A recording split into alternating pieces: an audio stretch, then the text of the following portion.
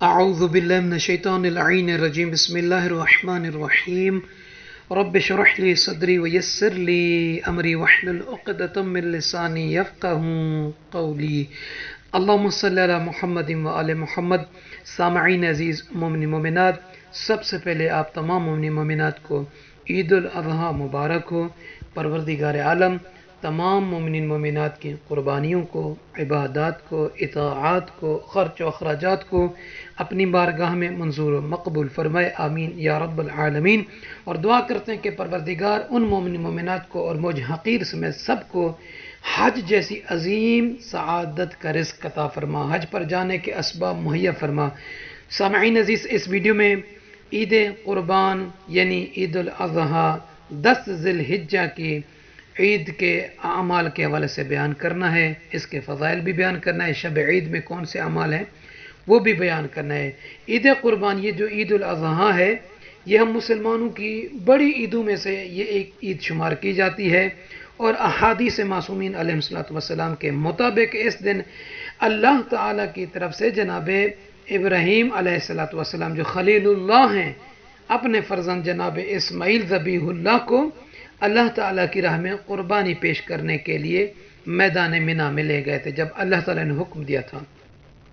کیونکہ جناب ابراہیم علیہ السلام نے جناب اسماعیل علیہ السلام کو قربانی گاہ کی طرف جب لے گئے اور قربانی کے ارادے سے قصد سے جب جناب اسماعیل علیہ السلام کی گردن مبارک پر چھری پھیرنا چاہا، تو اس وقت اللہ تعالیٰ نے جناب جبرائیل علیہ السلام کے ساتھ ایک مینڈے کو، بھیڑ کو بھیجا اور جناب ابراہیم علیہ السلام نے اسماعیل علیہ السلام کے بدلے اس کی قربانی دی. یعنی اس جانور کو جو جناب جبرائیل علیہ السلام لائے اس کی قربانی دی.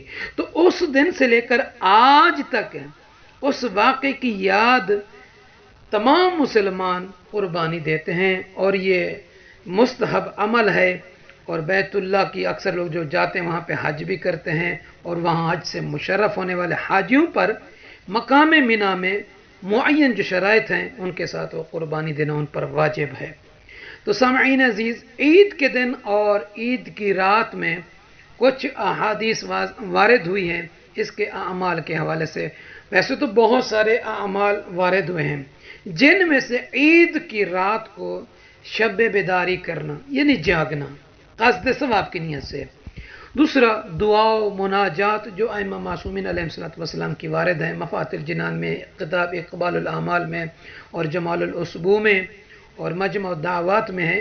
ان میں جو روایات دعائیں موجود ہیں ان کو پڑھیں. اور نماز میں ہمیشہ کوشش کیجیے کہ ان راتوں میں ہم نماز میں مشغول رہنے کی کوشش کریں، کیونکہ نماز میں جو رہتا ہے اس کی زیادہ فضیلت ذکر ہوئی ہے روایات میں.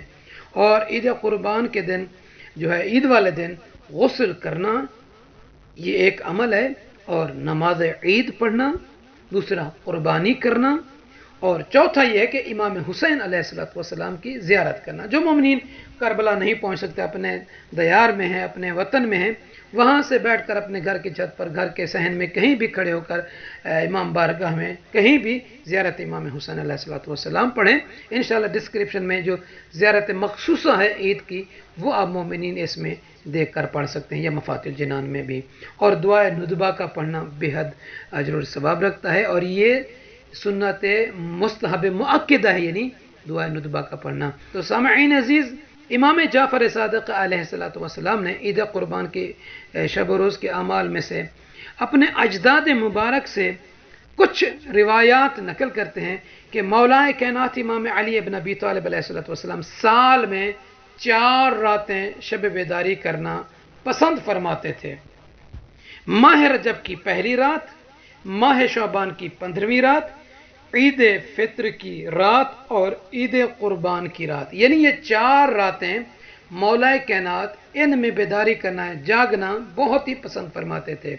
اور یہاں شب بیداری سے مراد کیا ہے؟ یعنی انسان کو چاہیے کہ عبادت الہیہ میں اپنے آپ کو مشغول رکھے، بجائے بازاروں میں جائے اور محفلوں میں، گانوں میں، جو آج کل آپ دیکھتے ہیں عید کی رات میں چاند رات مناتے ہیں، اور اس طریقے سے عید کی راتوں میں جو کچھ ہوتا ہے مسلمان کرتے ہیں.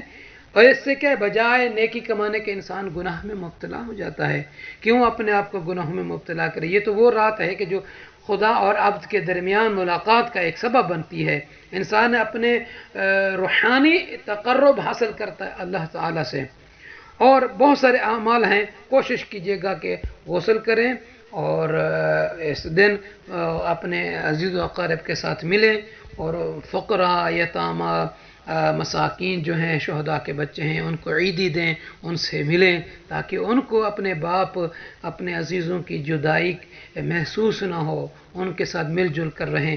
یہ ایک تعلیمات اہل بیت اطہار علیہ السلام میں ہے کہ یتیموں کے ساتھ اور غریبوں کے ساتھ، فقیروں کے ساتھ، بیوگان کے ساتھ، ان کے بچوں کے ساتھ عیدی کریں، ان کے دل کو خوش کریں، انہیں عیدی دیں.